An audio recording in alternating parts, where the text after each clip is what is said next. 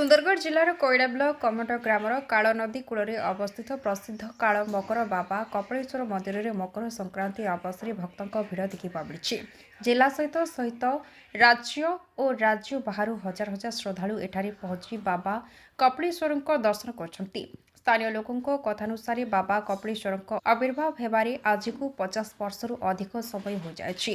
काल नदीर गोटे चटाल पत्थर फाटी बाबा आविर्भाव होइथिबा कथा गाँ लोक मानक मध्य गाथा भाव प्रचलित। पर ग्रामर पूजारी को स्वप्नादेश मिलवा पर सेठारे पूजार्चना आरंभ होइथिला। ग्रामवासी माने चंदा संग्रह करी से स्थान में गोटे सुंदर मंदिर निर्माण करी बाबा कपिलेश्वर नाम नियमित पूजा करछंती। काल नदी उपरे मंदिरटी अवस्थित थिबारु यह काल मकर नाम परिचित होछि। मकर मेला अवसर मंदिर परिसर और आसपास अंचल विभिन्न प्रकार दुकान बजार और खाद्य स्टल लगी भक्तिमय परिवेश मेलार आनंद नेबापाई लोकमानक भिड़ दिनभर जमी रहुछि। सुंदरगढ़ कोईडारू डमु पात्र रिपोर्ट कोसल मोर ना होछि मितु नायक ग्राम कमांडो ए मकर मेला विषय किछ कहू। मकर मेला दीर्घ 50 वर्ष ऊपर हलाणी मकर मेला चलछि। आउ एठी मकर मेलार ना होछि हमर काल मकर कमांडो। एठी बाबा कपिलेश्वर उद्भावन स्थलीटा एठी आउ ए मकर मेला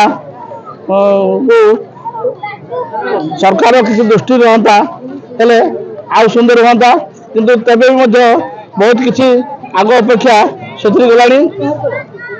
जेहेतु सरकार राजस्व जाऊँगी खनि अंचल तेणुक निश्चित भाव में मकर मेला गुड़िक किसी उन्नतिकरण हवा दरकार।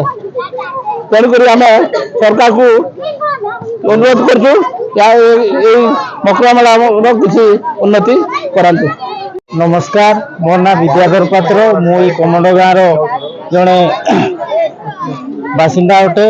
मो जानवर दीर्घ 50-60 वर्ष हम यमर काल नदी जो जाइए नदी साइड रे आमर कपिलेश्वर बाबा उद्भावन होती एक पत्थर चट्टाण लिंग उद्भावन होती ये मंदिर गोटे स्थापना करिचु आम गाँव।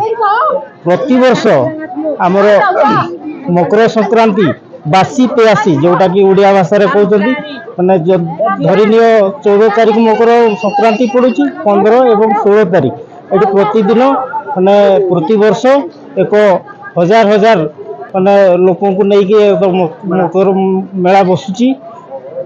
ये अंचल हूँ खनि खादान एवं आमर माने निकट में रुंगटा प्लांट भी अच्छी बहुत बड़ प्लांट। या प्रति किसी दृष्टि रखले यहाँ आउ टे डेभलप हाँ बोलिक मन मानचु।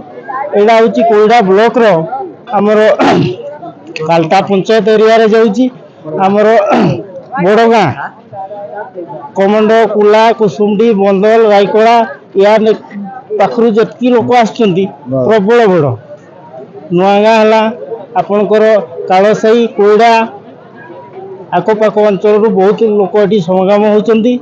एणु सरकार को अनुरोध करा जाउची या प्रति टिके ध्यान देले आउ टिके माने भलो हबो।